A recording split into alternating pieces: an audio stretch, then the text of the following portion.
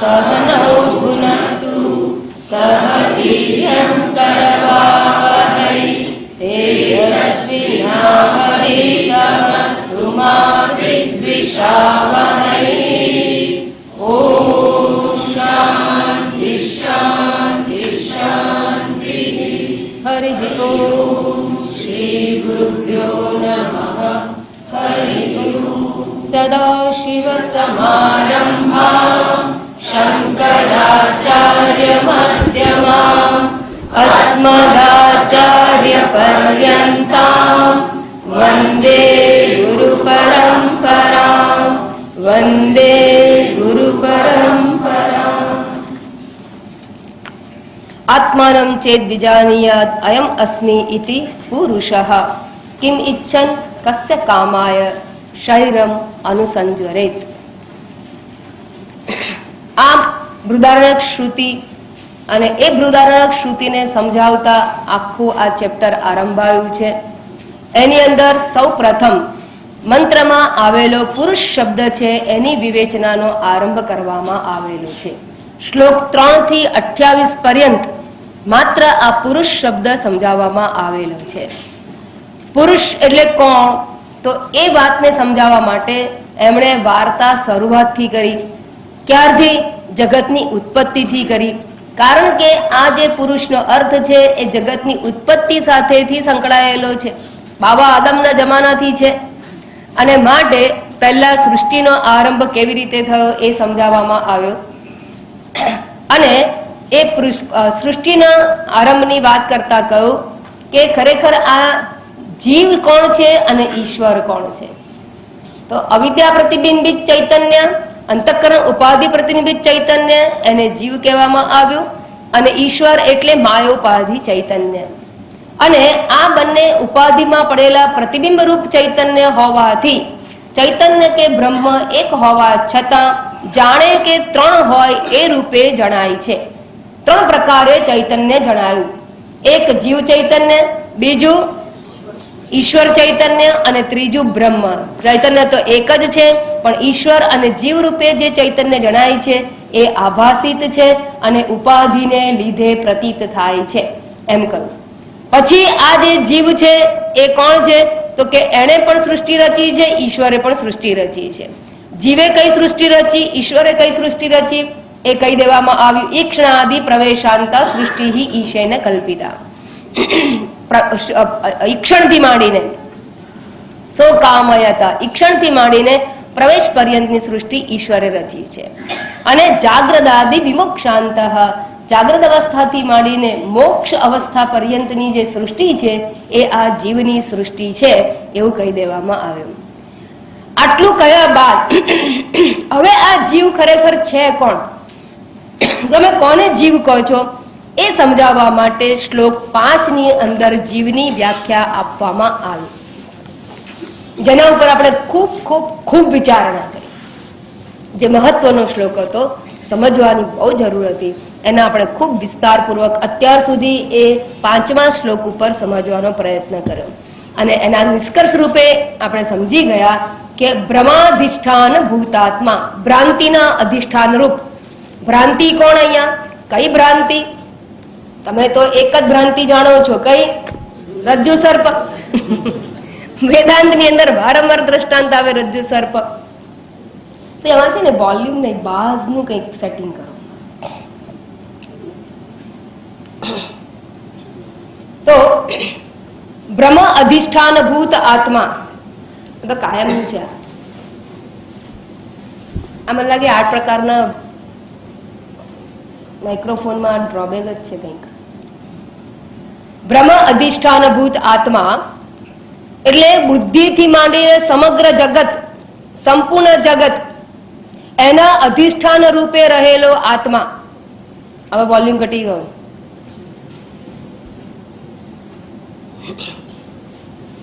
તો ભ્રાંતિ રૂપે બુદ્ધિથી માંડીને સમગ્ર જગત આવ્યું, અને એના અધિષ્ઠાન રૂપે રહેલો આત્મા એટલે ચૈતન્ય કૂટસ્થ. કૂટસ્થ અસંગ ચિત વપુહુ. જે કૂટસ્થ છે, અસંગ છે, અને ચિત, ચિત એટલે ચૈતન્ય સ્વરૂપ છે, વપુ એટલે સ્વરૂપ. ચિદ એવ વપુઃ ચિદ વપુઃ. આવો જે ચૈતન્ય આત્મા છે એ અધિષ્ઠાન રૂપ છે, પણ એ અધિષ્ઠાન ખરેખર વાસ્તવમાં એ અધિષ્ઠાન નથી. ભ્રાંતિ છે માટે એને અધિષ્ઠાન કહેવાય. અધિષ્ઠાન શબ્દ સાપેક્ષ ભાષામાં છે. જો સર્પની ભ્રાંતિ જણાતી હોય તો દોરીને અધિષ્ઠાન કહેવાય. એના આધાર, અધિષ્ઠાન એટલે આધાર. તો ભ્રાંત સર્પનો આધાર દોરી ત્યારે બને છે જ્યારે કોઈ ભ્રાંત સર્પ જણાતો હોય, તો વાસ્તવમાં દોરીને આધાર નથી કહેવાતું. બસ એ પ્રમાણે આ ચૈતન્ય આત્મા છે એ ભ્રાંતિ રૂપી આરોપને લીધે અધિષ્ઠાન કહેવાયું છે. પછી ગયું અન્ય અન્ય અધ્યાસતઃ. આ ભ્રાંતિ અને આ આત્મા અન્ય અન્ય અધ્યાસ, અને ભ્રાંતિ રૂપે શું? બુદ્ધિથી માંડીને બધું જ, એટલે થોડું સૂક્ષ્મ પ્રપંચ આખો. અન્ય અન્ય અધ્યાસતઃ, એકબીજાના અધ્યાસને લીધે, એટલે કે એકબીજાના ધર્મોનું એકબીજામાં આરોપણ થવાને લીધે અસંગધિસ્થ જીવ, અસંગ એવી બુદ્ધિમાં, એટલે પારમાર્થિક સત્તા જે પરબ્રહ્મ છે એની સાથે જેને કોઈ સંબંધ નથી એવી બુદ્ધિમાં પડેલા પ્રતિબિંબિત ચૈતન્યને અહીંયા એવા એવા એવા પ્રતિબિંબિત ચૈતન્ય ચિદાભાસ, એ ચિદાભાસ રૂપ જે જીવ છે એને જ અહીંયા પુરુષ શબ્દ વડે ઓળખવામાં આવેલો છે. અને પુરુષ એટલે જીવાત્મા, જીવાત્મા એટલે બુદ્ધિ પ્રતિબિંબિત ચૈતન્ય. બુદ્ધિ ખરેખર કેવી છે? તો કે પારમાર્થિક રૂપે અસંગ છે. એટલે શું? જેવી રીતે સર્પને દોરીથી ક્યારેય સંબંધ હોતો નથી, એમ બુદ્ધિ વગેરે આરોપિત સર્પ જેવા હોવાથી એને મૂળભૂત ચૈતન્ય સાથે ખરેખર કોઈ સંબંધ નથી. એવી બુદ્ધિમાં પડેલું ચૈતન્યનું પ્રતિબિંબ ચિદાભાસ, એને જ જીવ કહેવાય, અને એને જ અહીંયા પુરુષ શબ્દ વડે કહેવામાં આવેલું છે. હવે જ્યારે પુરુષ શબ્દનો અર્થ આપી દેવામાં આવ્યો તો પુરુષ શબ્દનો અર્થ થયો ચિદાભાસ. હવે જ્યારે પુરુષ શબ્દનો અર્થ આપી દેવામાં આવ્યો તો શ્લોકની અંદર, મંત્રની અંદર હવે અર્થ શું થશે? તો કે બ્રહ્મ અધિષ્ઠાન ભૂત, બ્રહ્મ અધિષ્ઠાન, અરે મંત્ર શું છે? આત્માનમ ચેદ વિજાનીયાત. આત્માને જો જાણી લે, કોણ જાણી લે? પુરુષ. આ પુરુષ જે છે એ આત્માને જાણી લે. અયમ અસ્મિ ઇતિ, એટલે અધિષ્ઠાન રૂપ કુટસ્થ ચૈતન્ય રૂપ આત્માને જો આ ચિદાભાસ રૂપ જીવાત્મા કે પુરુષ જાણી લે કે આ હું છું, આ જે અધિષ્ઠાન રૂપ જે ચૈતન્ય છે એ હું છું, એવી રીતે આ પુરુષ જાણી લે તો કિમિચ્છન કસ્ય કામાય, અર્થાત એ તૃપ્તિ એટલે કે જ્ઞાનીની તૃપ્તિ, જીવન મુક્તિ એને પ્રાપ્ત કરી લે છે. આ અર્થ મંત્રનો થયો. હવે જ્યારે અહીંયા આપણે વાત વિચારતા હતા કે આવું જ્યારે જીવનો અર્થ આપી દીધો, જીવ એટલે ચિદાભાસ રૂપ છે, ચૈતન્ય છે, એને જીવ કે પ્રતિબિંબિત ચૈતન્યને જીવ કહેવામાં આવ્યો. તો હવે એક શંકા ઉઠાવવામાં આવી છે કે જો જીવ છે તો મુક્તિ કે મોક્ષ કોને કરવાનો હોય, કોને લેવાનો હોય? જીવને. ચૈતન્ય આત્માને તો નહીં જ, બરાબર? તો મોક્ષ વગેરેની ક્રિયા કોના માટે છે? જીવ માટે છે, પુરુષ માટે કહ્યું. અમે પુરુષ શબ્દનો અર્થ જીવ છે ને જીવ એટલે પ્રતિબિંબિત ચૈતન્ય. તો હવે ખરેખર આ મોક્ષ વગેરેની જે ક્રિયાઓ છે કે જે માર્ગે આગળ વધવાનું છે એમાં ખરેખર કોણ અધિકારી છે? એમાં તો ચિદાભાસ રૂપી જે જીવાત્મા છે એને મોક્ષ પ્રાપ્ત કરવાનો છે. તો પછી એમાં તમે કુટસ્થ ચૈતન્યને આવરો છો કે નહીં? અને જો આવરતા હોય, આવરી લેતા હોય જીવ શબ્દની અંદર કુટસ્થ ચૈતન્યને, તો એની જરૂર નથી, કારણ કે કુટસ્થ ચૈતન્ય તો નિત્ય મુક્ત છે. માટે તમે હવે આ જીવ શબ્દમાં ચૈતન્યને લો છો કે નહીં, અને લો છો તો શા માટે લો છો? બરાબર? એમ બે પ્રકારના પ્રશ્નો ઉઠાવી અને હવે આગળનો શ્લોક નંબર 6 છે એની વિચારણાનો આરંભ થાય છે. યાદ રાખજો, વિચારણા પુરુષ શબ્દની ક્લેરિટી માટે છે. એ જીવાત્મા શું છે એની ક્લેરિટી આપવા માટે જ આ બધી વિચારણાનો આરંભ કરવામાં આવેલો છે. સાધિષ્ઠાનો વિમોક્ષાદો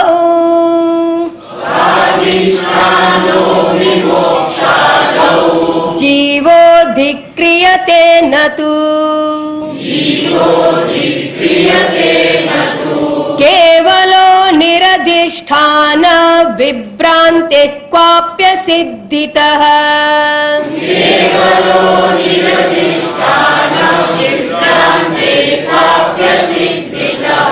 એક સાથે. સાધિષ્ઠાનો વિમોક્ષાદૌ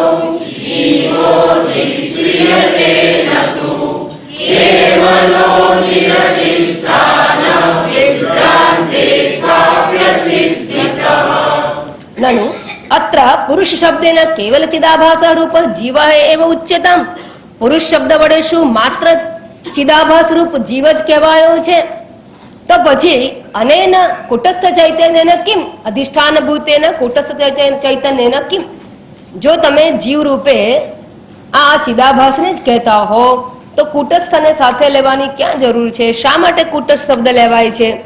એટલે કે કુટસ્થ શબ્દ સાથે જીવની સાથે આવી જ જાય છે, બરાબર? એવું માની અને આ શંકા ઉઠાવવામાં આવેલી છે. હવે એક વસ્તુ સમજવાનું કે ચિદાભાસ અને કુટસ્થ ચૈતન્ય ખરેખર કહેવાય છે બે, પણ વાસ્તવમાં એ બંને એકબીજાથી જુદા હોય જ નહીં. હું અને મારો આભાસ એ બંને એકબીજાથી જુદા ક્યારે રહે? હું એમ કહું કે તમે આભાસિત મારું મુખડું રાખો અને હું જોઉં છું, એ કોઈ દિવસ છૂટા પડી શકે ખરા? એ કદાપી છૂટા હોતા જ નથી, હંમેશા સાથે ને સાથે જ હોય. બિંબ અને પ્રતિબિંબ હંમેશા સાથે ને સાથે જ હોય. કહેવાનું તાત્પર્ય આ છે, બિંબ અને પ્રતિબિંબ, મૂળભૂત ચૈતન્ય અને આભાસિત ચૈતન્ય હંમેશા સાથે ને સાથે જ હોય, એને છૂટા પાડી શકાય નહીં. અને વાસ્તવમાં જોવા જઈએ તો એક જ ચૈતન્યના બે નામ છે. ચૈતન્ય તો એક જ છે, પણ વ્યવહારની ગૂંચ ઉકેલવા માટે એક ચૈતન્યને બે નામથી ઓળખવામાં આવે છે. ચૈતન્ય કેટલા? એક જ, પણ બે નામ આપ્યા. કયા? જીવ ચૈતન્ય અને કુટસ્થ ચૈતન્ય. જીવ ચૈતન્ય એટલે આભાસિત ચૈતન્ય, કુટસ્થ ચૈતન્ય એટલે સાક્ષી ચૈતન્ય, આત્મ ચૈતન્ય. એમ બે નામ અપાય છે. વાસ્તવમાં ચૈતન્ય પણ એક જ છે. અને આવા બે નામ કેમ આપ્યા? તો વ્યવહારાર્થે, વ્યવહારને સમજવા માટે કે વ્યવહાર ક્રિયા માટે બે નામ આપવામાં આવેલા છે. પણ આ બંને કદાપી એકબીજાથી જુદા રહી શકે જ નહીં. બંને હંમેશા સાથે ને સાથે જ હોય. શા માટે સાથે ને સાથે હોય એવો પ્રશ્ન કરવામાં આવે. શા માટે સાથે સાથે હોય? તો કે એના બે કારણો છે. એના બે કારણો છે. સૌથી પહેલામાં પહેલી વાત તો એ કે આ જે કુટસ્થ ચૈતન્ય આત્મા છે એ ક્યાં છે? હા, એવું નહીં સમજતા કે આપણો અંતરાત્મા એટલે આપણા શરીરની અંદર રહેલો છે, શરીરની બહાર નથી. એ વ્યાપક ચૈતન્ય છે, જે મૂળભૂત ચૈતન્ય જેને કહીએ છીએ તો એક જ છે અને વ્યાપક ચૈતન્ય છે.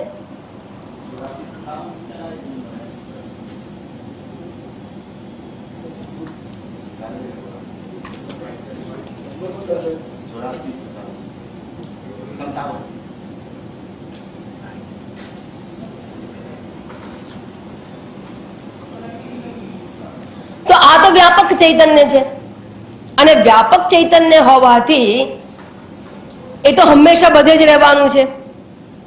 વ્યાપક ચૈતન્ય બધે જ છે. હવે વ્યાપક ચૈતન્ય બધે હોવાથી જ્યાં જ્યાં આ અંતઃકરણ રૂપી ઉપાધિ હશે ત્યાં ચિદાભાસ રહેવાનું. હવે એ ચિદાભાસ થી આ આત્મા ચૈતન્ય વ્યાપક ચૈતન્યને છૂટું પાડવું હોય તો કેવી રીતે પાડી શકો? ન પાડી શકાય, કારણ કે એ વ્યાપક છે. જેમ આપણે કહીએ કે આકાશનું પ્રતિબિંબ દર્પણમાં પડે છે, તો આ પ્રતિબિંબિત આકાશ અને મૂળભૂત આકાશ એ બેને છૂટા કરી આપો, થાય ખરું? હા, થાય ખરું? ના થાય, કોઈ દિવસ ના થાય. એટલે જ્યાં જ્યાં આભાસિત આકાશ હશે ત્યાં ત્યાં મૂળભૂત આકાશ તો ખરું જ, અને આભાસિત આકાશ નહીં હોય ત્યાં ત્યાં પણ મૂળભૂત આકાશ ખરું જ. અરીસો ફોડી નાખો તો શું થશે? મૂળભૂત આકાશ છે. એટલે યત્ર યત્ર આભાસમ અસ્તિ તત્ર તત્ર સ્વરૂપમ અસ્તિ. જ્યાં આભાસ હશે ત્યાં એનું સ્વરૂપ એટલે બિંબરૂપ વસ્તુ તો હોય જ, બરાબર. હવે બસ એવી રીતે દ્રષ્ટાંત જોયું, એવી રીતે દાષ્ટાંત. બીજું દ્રષ્ટાંત આપે, સૂર્યપ્રકાશ ક્યાં છે અત્યારે? આખી પૃથ્વી ઉપર છે. આખી પૃથ્વી ઉપર એટલે પૃથ્વીના અડધા ગોળાર્ધમાં છે. હવે એ જે અડધા ગોળાર્ધમાં સૂર્યપ્રકાશ છે અને પ્રતિબિંબિત સૂર્યપ્રકાશ ક્યાં છે? પ્રતિબિંબિત સૂર્યપ્રકાશ બધે નથી. જ્યાં જ્યાં દર્પણ જેવી સપાટી છે, રિફ્લેક્ટિંગ મીડિયા જોઈએ ને આભાસ માટે, બધે ના પડે આભાસ.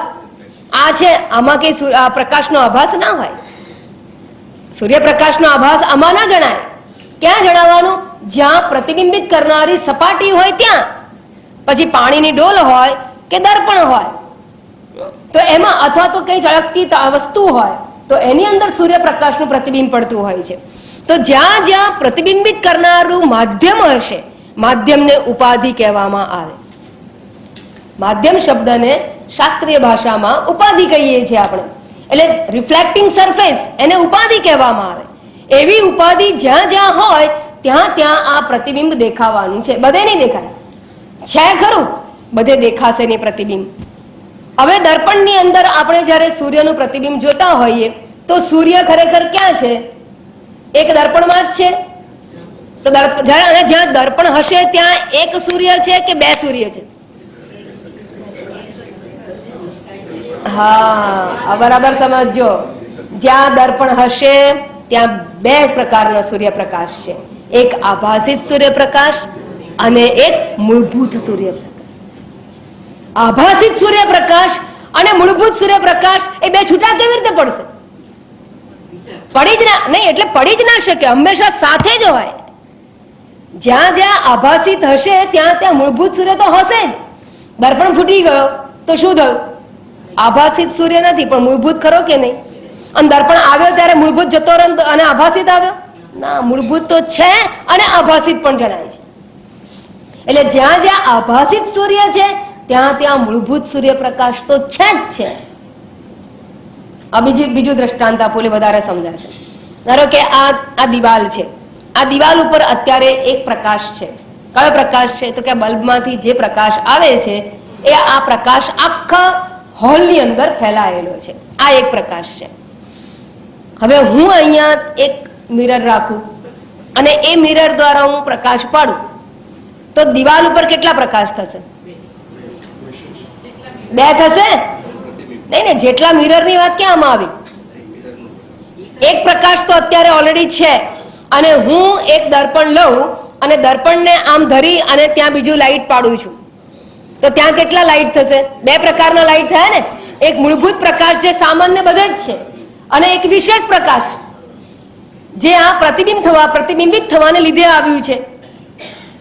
એમ હવે જ્યારે હું પેલો વિશેષ પ્રકાશ પાડું છું ત્યારે ત્યાં મૂળભૂત પ્રકાશ હોય કે ના હોય? બસ આ વસ્તુ સમજવાની છે. અને ધારો કે હું પેલો મિરર લઈ લઉં તો પણ ત્યાં મૂળભૂત પ્રકાશ તો છે પણ જ્યારે દર્પણ હોય ત્યારે વિશેષ રૂપે એ પ્રકાશ દેખાય છે.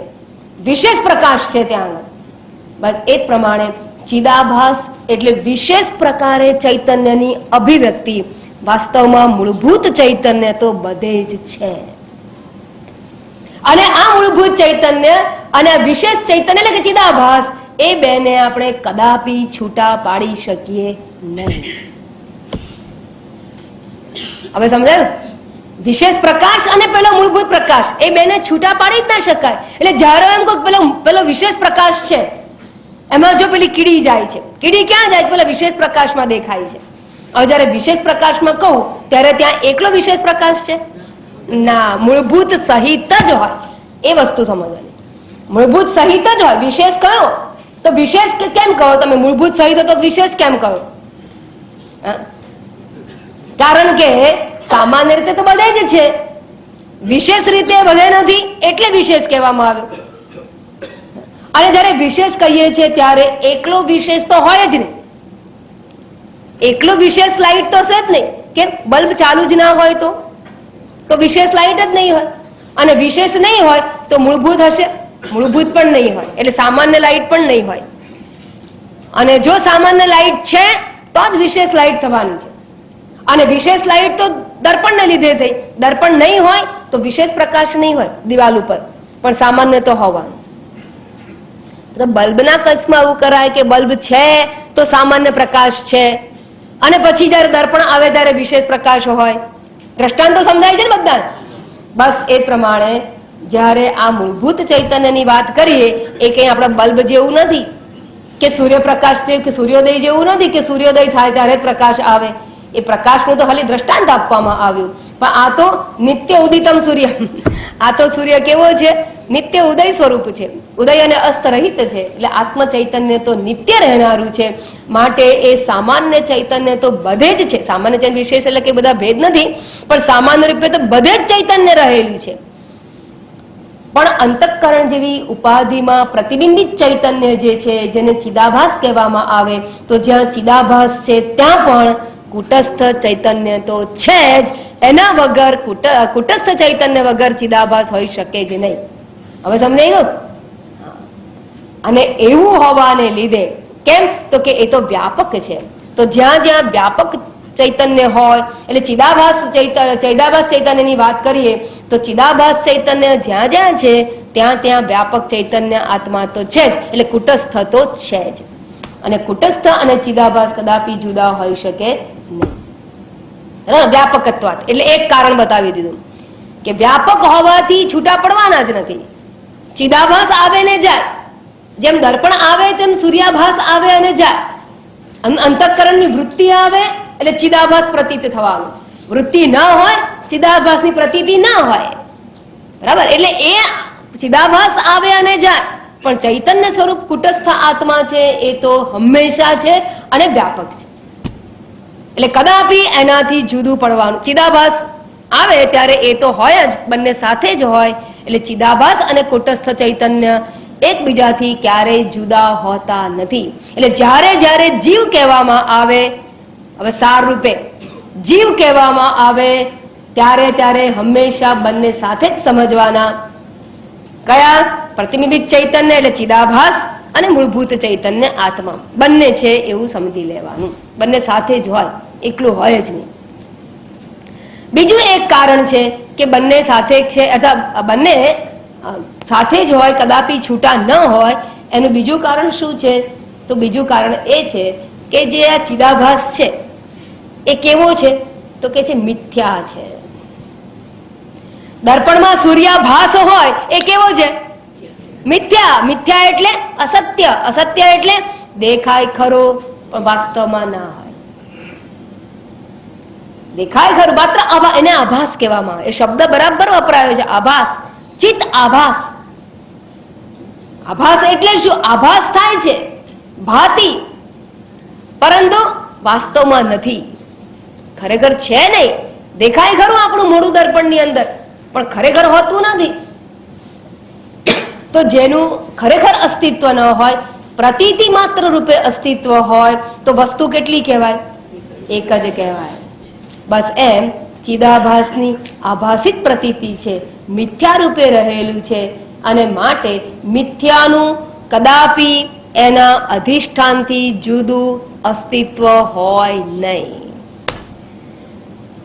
મિથ્યાનું એના અધિષ્ઠાનથી જુદું સ્વતંત્ર અસ્તિત્વ હોય જ નહીં. આભાસિત આકાશ મેં કહ્યું, આભાસિત આકાશ અને મૂળભૂત આકાશ. બરાબર? આ દ્રષ્ટાંત વધારે એપ્રોપ્રિએટ લાગશે. આભાસિત આકાશ છે એ દર્પણમાં રહેલું છે.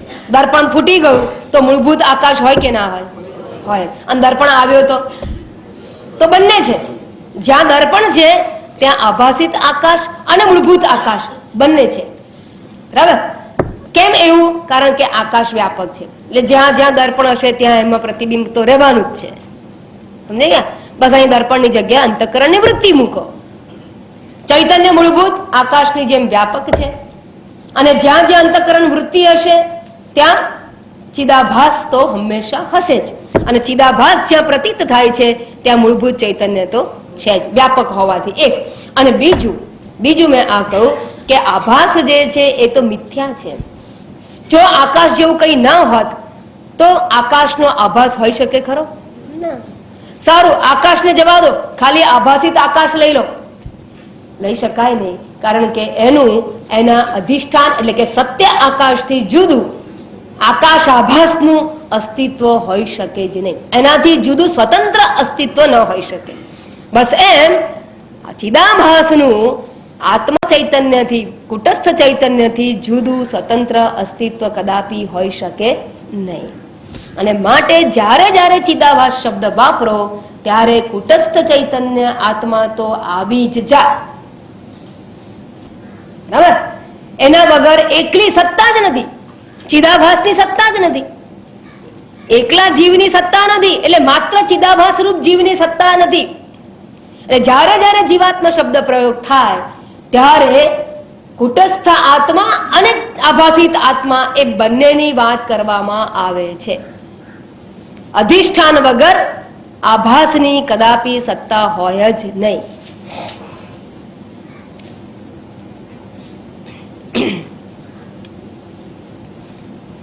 આટલું તો ક્લિયર થઈ ગયું ને કે અધિષ્ઠાન વગર આભાસની કદાપી સત્તા ન હોય. એટલે હવે જુઓ શ્લોક એમાં સમજાવે છે. શું કહે છે? સ અધિષ્ઠાન જીવ વિમોક્ષાદૌ અધિક્રિયતે. પહેલી લાઈન જુઓ.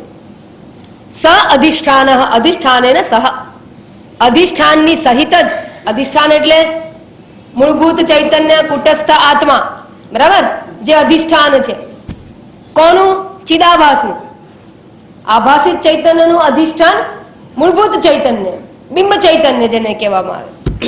તો અધિષ્ઠાન સહિત એટલે અધિષ્ઠાનની સાથે જ પેલો જીવ, જીવ એટલે ચિદાભાસ, એ વિમોક્ષાદૌ મોક્ષ વગેરે પુરુષાર્થની અંદર, મોક્ષ આદૌ, મોક્ષ એ પુરુષાર્થનું નામ છે. કેટલા પુરુષાર્થ છે? કયા કયા? ધર્મ અર્થ કામ મોક્ષ, એટલે કોઈ પણ પુરુષાર્થ માટે. આદવ કહું એટલે કોઈ પણ. આ વિમોક્ષ એટલે શું હશે? મોક્ષ એટલે વિમોક્ષ બંને એક જ છે. પાદપૂર્તિ અર્થે વી લગાડી દીધું, કઈ બીજું કઈ છે નહીં. વિશેષ મોક્ષ એવો નથી. મોક્ષ એટલે મોક્ષ જ વળે. તો વિમોક્ષ, મોક્ષ વગેરે એટલે કે કોઈ પણ પ્રકારની ના પુરુષાર્થની અંદર, પુરુષેને અર્થ્યતે ઇતિ પુરુષાર્થ, પુરુષ જેના માટે પ્રયત્ન કરે, જે ધ્યેયની પ્રાપ્તિ માટે પ્રયત્ન કરે એને પુરુષાર્થ કહેવામાં આવે. અને એ ચાર પ્રકારે પુરુષાર્થ કરે છે. ચાર પ્રકારની વસ્તુ એનું ટાર્ગેટ હોય છે. કાં તો ધર્મ એટલે કે પુણ્ય એનું ટાર્ગેટ હોય, કાં તો એને અર્થોપાર્જન કરવાનું ટાર્ગેટ હોય, કાં તો એને ભોગ ભોગવવાનું ટાર્ગેટ હોય. આટલા દેશો ફરી લીધા, હવે આટલા દેશો બાકી રહ્યા. આને શું કહેવાય? ટાર્ગેટ. ભોગવવાનું ટાર્ગેટ હોય કે આટલું 10 હોટલમાં જઈએ, હવે 5 હોટલ બાકી, નવી બધી ના ખુલે તો 5 જ બાકી રહી. આને કહેવાય ટાર્ગેટ. તો હા, હવે મુંબઈના તો ગરબા જોઈ લીધા, હવે બરોડાના બહુ વખાણ કરે ત્યાં જવાનું બાકી રહ્યું. મુંબઈના સારા સારા બધા જોઈ લીધા, બરાબર? એટલે આ ભોગોનું ટાર્ગેટ હોય. તો આ બધા પુરુષાર્થ કહેવાય. અને બીજો પુરુષાર્થ છે મોક્ષ પુરુષાર્થ. આ બધા પુરુષાર્થની અંદર પ્રક્રિયા એટલે પ્રયત્ન કરે છે કોણ? તો કે અધિકારી કોણ છે? Who is qualified? તો કે સ અધિષ્ઠાન જીવ. જીવ ખરો, એકલો ચિદાભાસ નહીં, એકલો ચિદાભાસ નહીં, પણ અધિષ્ઠાન સહિતનો ચિદાભાસ. એ જ આ બધી ક્રિયા માટે અધિકારી છે. આ પુરુષાર્થી માટે અધિકારી બને છે. ન તું કેવલ, માત્ર ચિદાભાસ નહીં, માત્ર ચિદાભાસ નહીં. આપણને એમ થાય કે આપણે હવે કેમ બધું બહુ તૈયાર થઈને જઈએ, આપણે જવાની ઈચ્છા નથી, એમ કરી આપણે દર્પણને મોકલી આપે. કેમ? 10 મિનિટ એની સામે જોઈ લો, જા હવે દર્પણ તું મારું મોઢું લઈને પહોંચી જા. કેમ? પેલા રિસેપ્શનમાં હાજરી આપવાની. કેમ? દર્પણમાં આપણું પ્રતિબિંબ તો આવી ગયું, હવે મોકલી આપો. ના જઈ શકે. કેમ ના જઈ શકે? કારણ કે બિંબ વગર પ્રતિબિંબ કદાપી હોઈ શકે જ નહીં. એકલા પ્રતિબિંબની સ્વતંત્ર સત્તા નથી. એટલે એકલા ચિદાભાસની સ્વતંત્ર સત્તા નથી.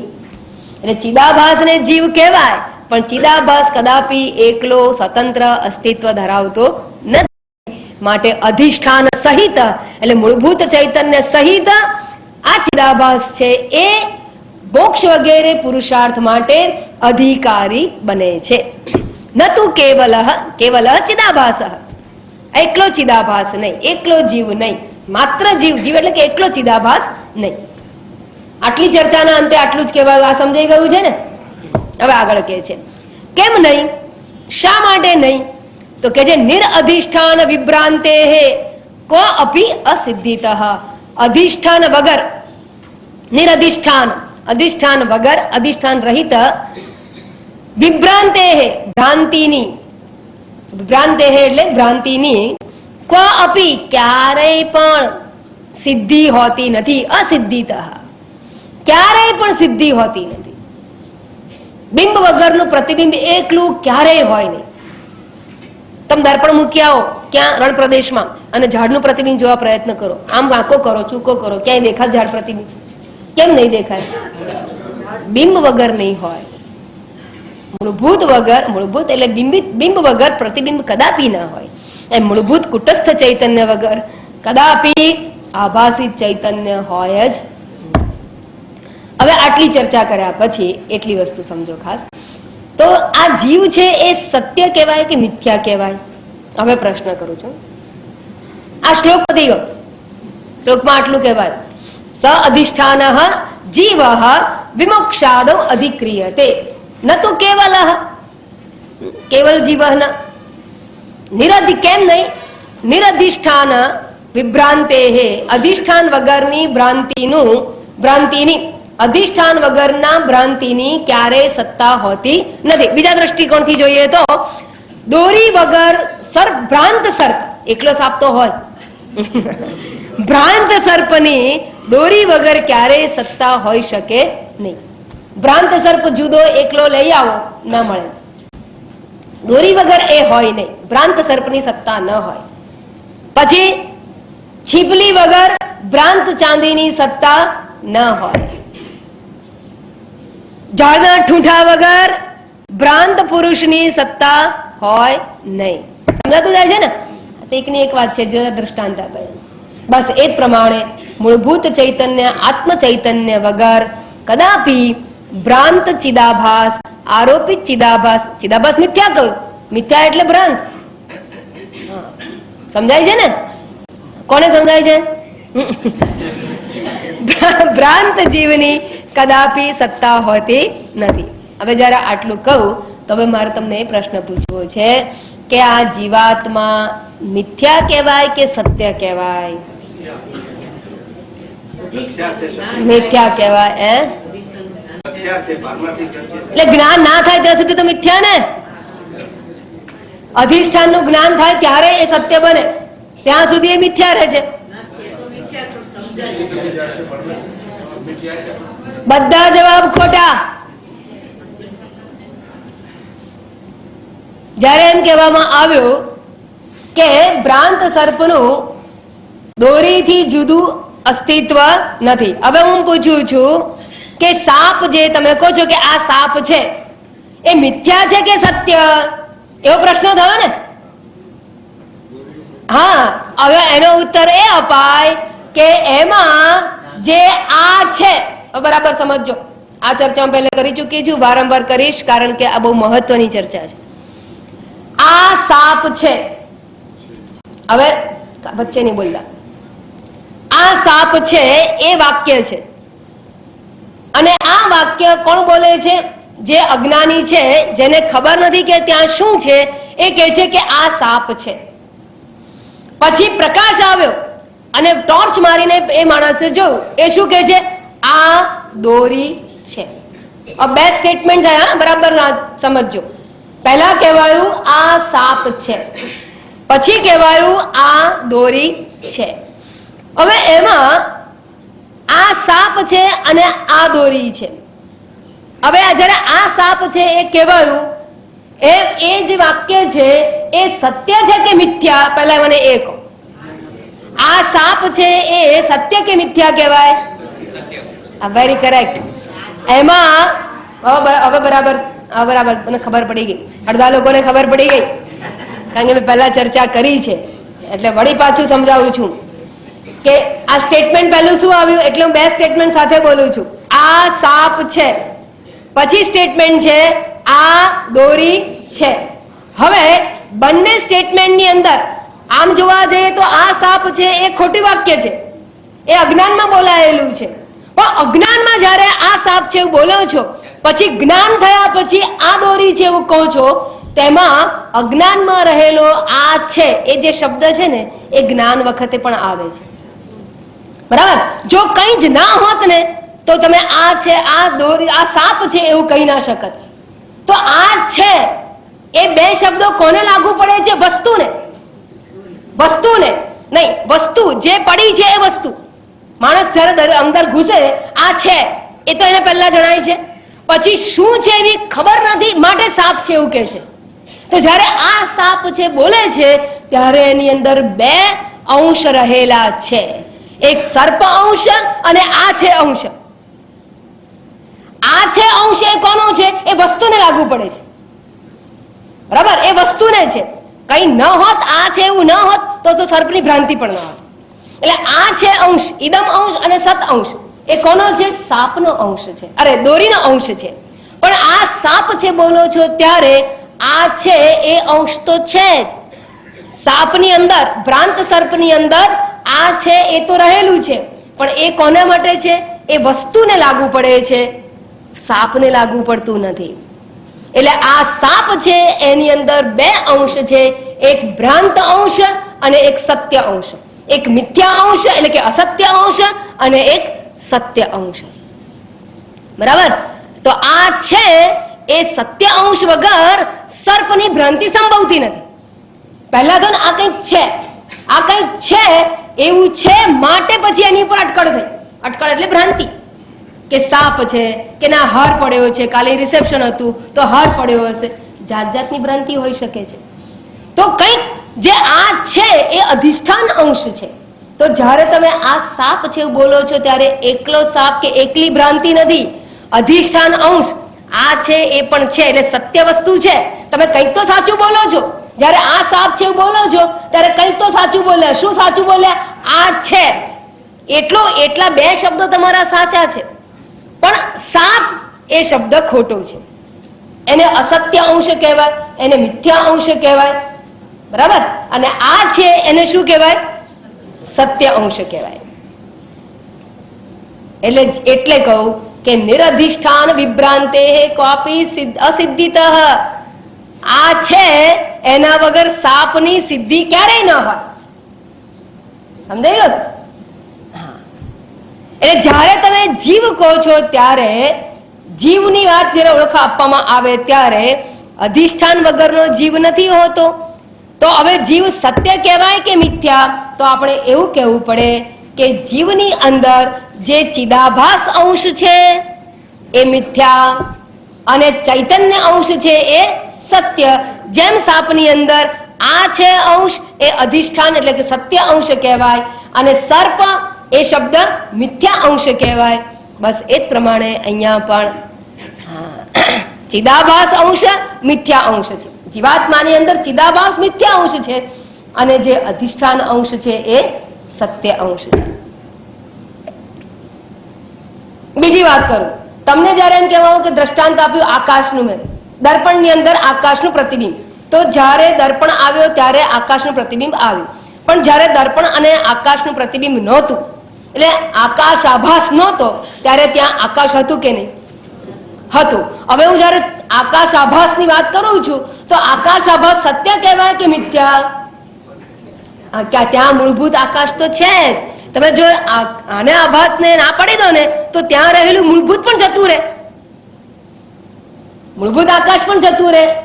જો અહીંયા પડેલું આકાશ આભાસ મિથ્યા કહો તો એ વખતે ત્યાં મૂળભૂત આકાશ પણ ખરું કે નહીં? જેમ દિવાલ ઉપર બે પ્રકાશ હોય એમાં એ મિથ્યા કે સત્ય? તો તમારે કહેવું પડે કે તમે જે રિફ્લેક્ટ કરો ને એ ભાગ મિથ્યા, પણ જે મૂળભૂત સામાન્ય પ્રકાશ હતો એ તો ખરું સત્ય. બરાબર? એવી રીતે મૂળભૂત આકાશ સત્ય, પણ આ જે પ્રતિબિંબિત થતું છે એ જ મિથ્યા. બે અંશ સાથે જ હોય, બે સાથે જ હોય.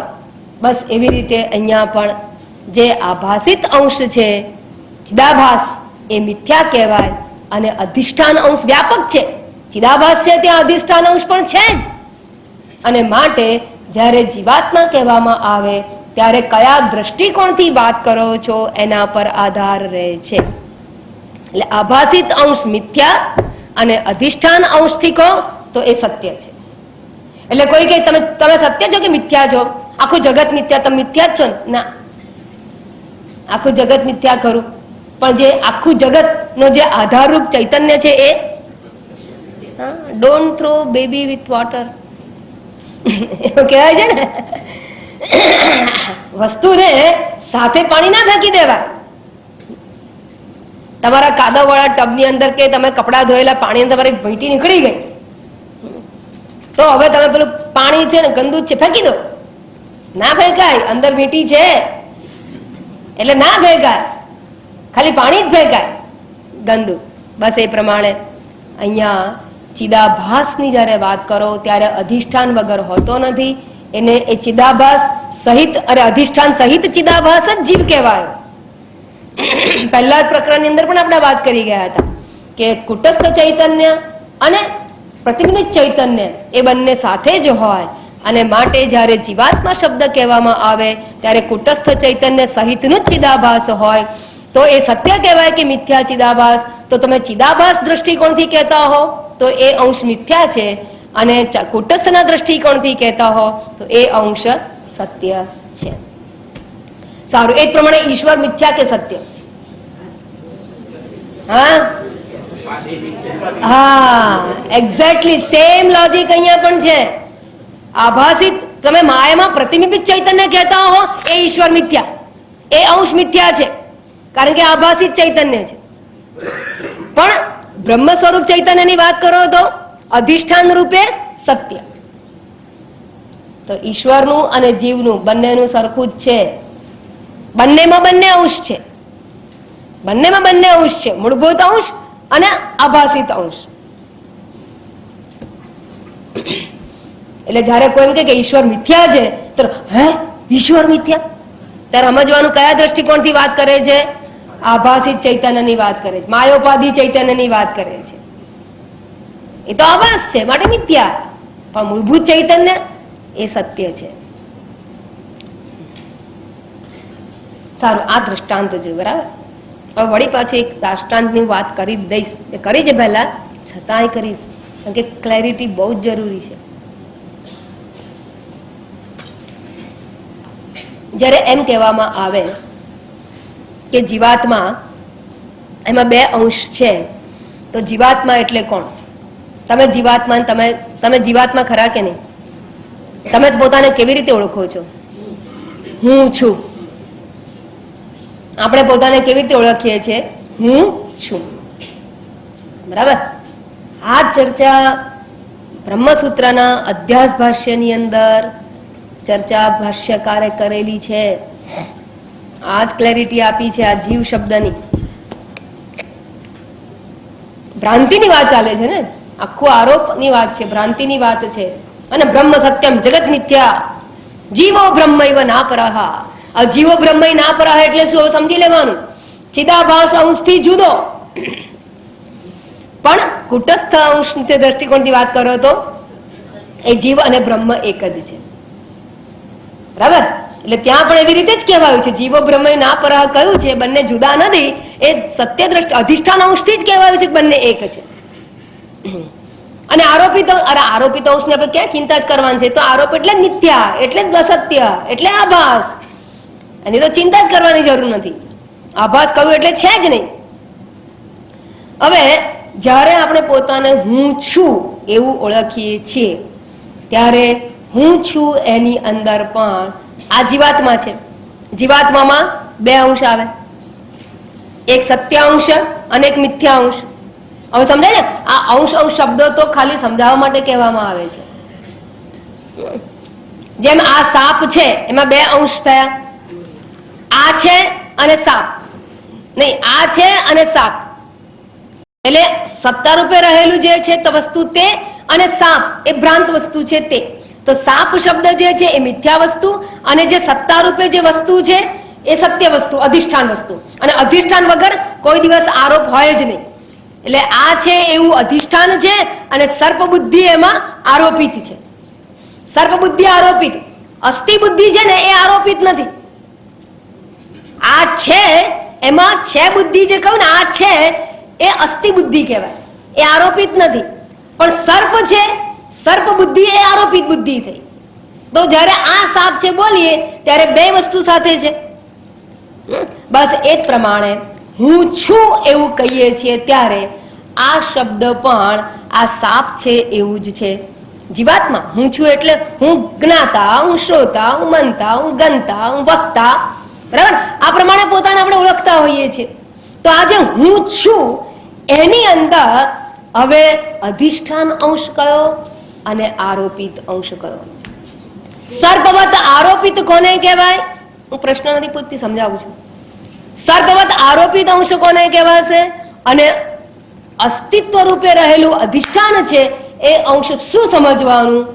તો હું છું એવું કહીએ છે, આમાં હું છું એ શબ્દો, એ વૃત્તિ, અહમ પ્રત્યય, હું વૃત્તિ, હું, બરાબર? એ હું રૂપે જે વૃત્તિ છે ને, એ વૃત્તિ અંશ છે એ આરોપિત અંશ છે, એ આરોપિત અંશ છે. અને જ્યારે માણસને સાપ જેવું જુએ છે ને તો સર્પ બુદ્ધિથી બધું ઢંકાઈને આવૃત્ત થઈ જાય છે. દોરી ઢંકાઈ ગઈ, કેવી રીતે? સર્પ બુદ્ધિથી. એમ અહમ પ્રત્યયથી એની અંદર રહેલું અધિષ્ઠાન પણ આવૃત્ત થઈ ગયેલું છે. અધિષ્ઠાન શું છે? તો હું વૃત્તિની સત્તા કોને લીધે છે? જેમ સર્પની સત્તા દોરીને લીધે, એવી રીતે હું વૃત્તિની સત્તા, અસ્તિત્વ આપનાર જે ચૈતન્ય છે એ અસ્તિત્વ. અને ભાતિ એટલે હુંની પ્રતીતિ, પ્રત્યય તો છે એટલે બુદ્ધિ પ્રત્યય જે છે વૃત્તિ એ તો જડ છે, પણ એનું ભાસવું, એનું જણાવવું કોના લીધે જણાય છે? તો ચૈતન્યને લીધે જણાય છે. તો એ હું છું એ વૃત્તિને સત્તા અને સ્ફૂર્તિ જે પ્રદાન કરનાર છે એ અધિષ્ઠાન અંશ આત્મા છે, એને કુટસ્થ કહેવામાં આવે છે. પણ તમે જ્યારે જ્યારે હું છું એવું બોલો ત્યારે આ બે અંશ તો હોય જ, સતચિત અંશ તો હોય જ, એના વગર હું છું એવું બોલાશે નહીં. અને હું છું એવું બોલવું હોય તો એકલો ચૈતન્ય આત્મા નહીં બોલી શકે, વૃત્તિ તો જોઈશે જ. એટલે જ્યારે જ્યારે હું છું બોલો એ જીવાત્મા, એ અધિષ્ઠાન અને ભ્રાંતિ એ બે વગર હોય જ નહીં. તો હવે આ જે આપણે ચર્ચા સમજી ગયા ને એનો નિષ્કર્ષ હું તમને આપું છું. નિરધિષ્ઠાન વિભ્રાંતે કો અપી અસિદ્ધિતઃ. સત અને ચિત અંશ વગર હું છું એવો પ્રત્યય એટલે કે બુદ્ધિ, એ બુદ્ધિ વૃત્તિની સત્તા કદાપી હોતી નથી. તો એમાં હું છું એ બુદ્ધિ વૃત્તિથી ચૈતન્ય સ્વરૂપ, સત્તા સ્વરૂપ આત્મા છે એ આવૃત્ત થઈ જાય છે. પણ એની અંદર બે અંશ છે, અધિષ્ઠાન અંશ અને આરોપિત અંશ.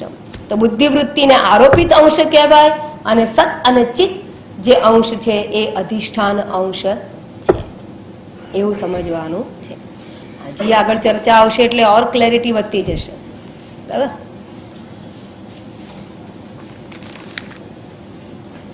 હવે પ્રશ્ન એક થાય છે કે આવું જે તમે જીવનું સ્વરૂપ તો કહી દીધું, પહેલા જીવનું સ્વરૂપમાં ચિદાભાસને જીવ કયો, પછી ચિદાભાસ કહીએ ત્યારે એની અંદર અધિષ્ઠાન હોય કે નહીં એ સમજાવવા માટે કહી દીધું કે અધિષ્ઠાન સહિત જીવની જ આ મોક્ષાદિ પુરુષાર્થ માટે અધિકારી એવો જીવ જ કહેવાય છે, જે અધિષ્ઠાન સહિત જ હોય. અને જીવાત્મા એટલે કે અધિષ્ઠાન સહિત મૂળભૂત ચૈતન્ય આત્મા સહિત જ જીવાત્મા હોય, એના વગર કોઈ દિવસ ભ્રાંતિ હોઈ શકે જ નહીં, એમ કહીને જીવના સ્વરૂપની ક્લેરિટી આપી. હવે કહે છે કે આવું અધિષ્ઠાન સહિતનો જે જીવ છે, જીવ એટલે ચિદાભાસ, અધિષ્ઠાન સહિતનું ચિદાભાસ, એ ક્યારે સંસારી બને? સંસારી ક્યારે કહેવાય? અધિષ્ઠાન સહિતનું જીવાત્મા જ છે ને, ચિદાભાસ, ચૈતન્ય યુક્ત ચિદાભાસ. એ સંસારી ક્યારે કહેવાય? તો હવે આટલી ચર્ચા જો સમજાઈ ગઈ હશે તો હવે પછીની વાત સમજાશે. શ્લોક નંબર 7. અધિષ્ઠાનાંશ સંયુક્તમ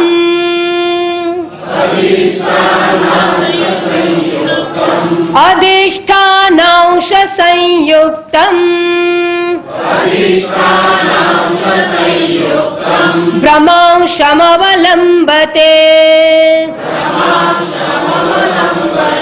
ભ્રમાંશમવલંબતે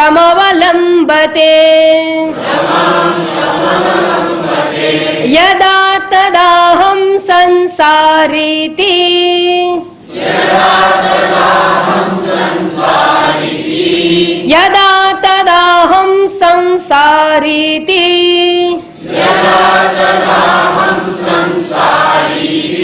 एवं जीवोऽभिमन्यते एवं जीवोऽभिमन्यते अधिष्ठानांश संयुक्तं भ्रमांशमवलम्बते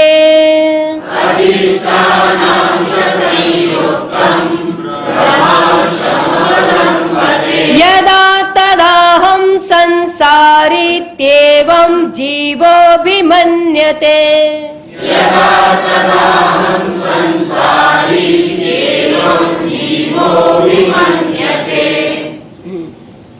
ક્યારે સંસારી કહેવાય?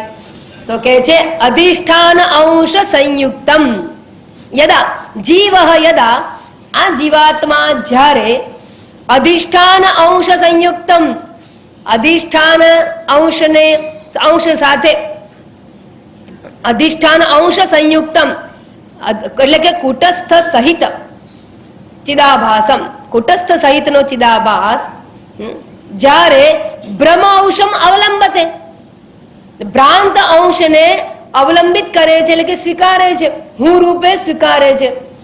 ભ્રાંત અંશ એટલે કોને? બંને શરીર સહિતનો ચિદાભાસ. એને જ્યારે હું રૂપે સ્વીકારે ત્યારે ચિદાભાસ. પણ ચિદાભાસ છે એ ચિદાભાસ એટલે બુદ્ધિ પ્રત્યય થયો. બુદ્ધિ પ્રતિબિંબિત ચૈતન્યને ચિદાભાસ કહ્યું. એટલે ચિદાભાસનું તાદાત્મ્ય બુદ્ધિ સાથેનું છે, એટલે કે અંતઃકરણ સાથેનું છે. અંતઃકરણ તાદાત્મ્ય દેહ સાથેનું છે. એટલે સ્થૂળ શરીર અને સૂક્ષ્મ શરીર બંનેથી યુક્ત ચિદાભાસ છે. અને એવા ચિદાભાસમાં સાથે જ્યારે પોતે પોતાની આઈડેન્ટિટી આ જીવાત્મા પોતે આ ભ્રાંત અંશ સાથે પોતાની આઈડેન્ટિટી એટલે કે પોતાને ઓળખાવે છે, ભ્રમાંશમ અવલંબતે તદા અહમ સંસારી ઇતિ અભિમન્યતે ત્યારે હું સંસારી છું એવું અભિમાન કરે છે. આવો આ ભાષાંતર. હવે જો એક સમજી લો કે હંમેશા હવે જીવાત્મા એટલે કોણ? જીવાત્મા એટલે તમને ખબર પડી ગઈ. જીવાત્મા એટલે કોણ? એ હું, પણ એમાં કોણ આવી ગયું? બંને એટલે ચિદાભાસ અને કુટસ્થ ચૈતન્ય. બરાબર? હવે આટલું સમજી લો. વાત તો સ્પષ્ટ થઈ ગયું. જીવાત્મા એટલે ચિદાભાસ અને કુટસ્થ ચૈતન્ય. બંને ભેગા હોય કે છૂટા છૂટા? ભેગા હોય એટલે મિશ્રાજી. ઓલ જીવાનું બીજું નામ છે કે જીવનું નામ મિશ્રા. બધા જીવો એટલે મિશ્રા. મિશ્ર ચૈતન્યને જીવ કહેવાય. એકલું તો હોય જ ના શકે. હવે અબુધ માણસ છે ને આ મિશ્રણ છે એ જાણતો નથી. આ તો તમે અહીંયા આવી ગયા છો પુણ્ય પ્રતાપે એટલે તમને આ મિશ્રા છીએ આપણે ખબર પડી ગઈ. મોટા ભાગના ખબર જ નથી કે મિશ્રા કે અમે પટેલ છીએ, અમે શાહ છીએ, અમે મહેતા છીએ, મિશ્રા છીએ એવું તો કોઈને ખબર જ નથી. અને માટે શું થાય છે કે જે નાનું બાળક પિક્ચર જોવા જાય ને તો પિક્ચર જુએ ત્યારે કોને જુએ છે? એ માત્ર ચલચિત્રને જ જુએ છે. એને તક અમિતાભ બચ્ચન આવ્યો, પછી કે આ વિલન આવ્યો, પછી કે આ આવ્યો, બસ એ તો એ મારી ફેટમબાજી જોતો હોય તો એની અંદર જ ગરકાવ છે. પછી એ ચિત્રની વાતોમાં આ પિક્ચર કેવું સરસ, એનો ડાયરેક્ટર કેવો સરસ. અલ્લા ભાઈ, પણ તું જે જુએ છે ને એ કોને? ચિત્ર જ છે એવું માને છે. પણ ચિત્રનું અસ્તિત્વ કદાપી પડદા વગર હોતું નથી.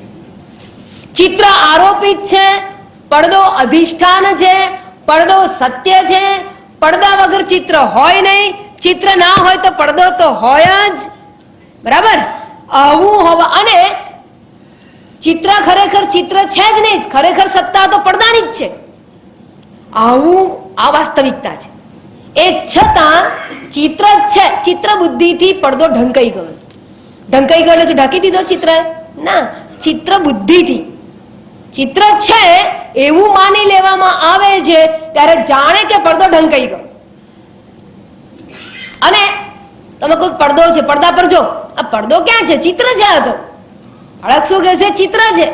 પડદો છે જ કે હવે પડદાને સ્પર્શ કરવો ક્યાં જવાનું? જ્યાં ચિત્ર છે ત્યાં. બરાબર? પણ જ્યારે ચિત્રને જોતો હોય ત્યારે એ પડદો છે એવું માનવા તૈયાર નથી. એ માની શકે એમ પણ નથી. બસ એવું જ કંઈક આપણું થયેલું છે.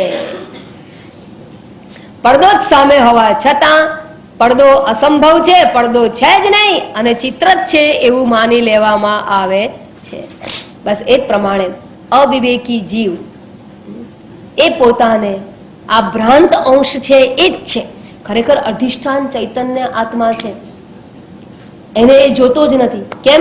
હું છું એ બુદ્ધિ પ્રત્યે છે અને એ બુદ્ધિ પ્રત્યેને જ જુએ છે. કારણ કે એનાથી પેલું ચિદ અંશ અને સત અંશ ઢંકાઈ ગયું છે. વાસ્તવિક મૂળભૂત ચૈતન્ય ઢંકાઈ ગયું છે અને બુદ્ધિ પ્રત્યય છે એ અંતઃકરણની અંદર રહેલું છે. એટલે એનું તાદાત્મ્ય અંતઃકરણ સાથે છે. અંતઃકરણ દેહાદી સાથે તાદાત્મ્ય ધરાવે છે અને માટે આ બુદ્ધિથી માંડીને દેહાદી પર્યંત, દેહાદી સંગાત બંને શરીરો, એ બધા શરીરોની અંદર જ્યારે પોતાના તાદાત્મ્ય અભિમાન કરે છે, એનું ગ્રહણ કરે છે.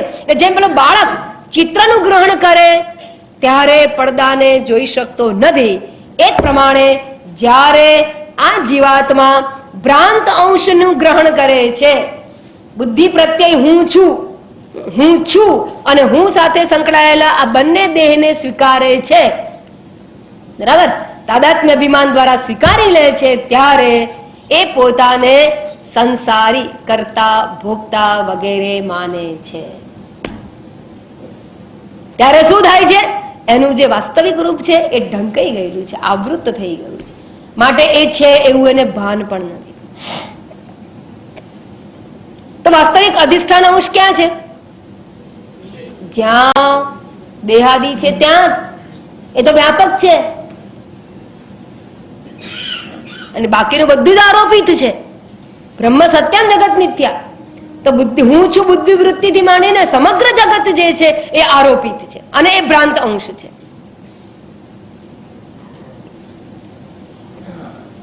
એ ઢંકાઈ ગયું છે વૃત્તિ સાથેનું તાદાત્મ્ય થવા દે, ધર્મી અધ્યાસે લીધે એ ઢંકાઈ ગયું છે અને માટે બીજા અંશને જોતો નથી અને માટે શું માને છે પોતાને? એટલે ચિદાભાસને લક્ષિત કરે છે.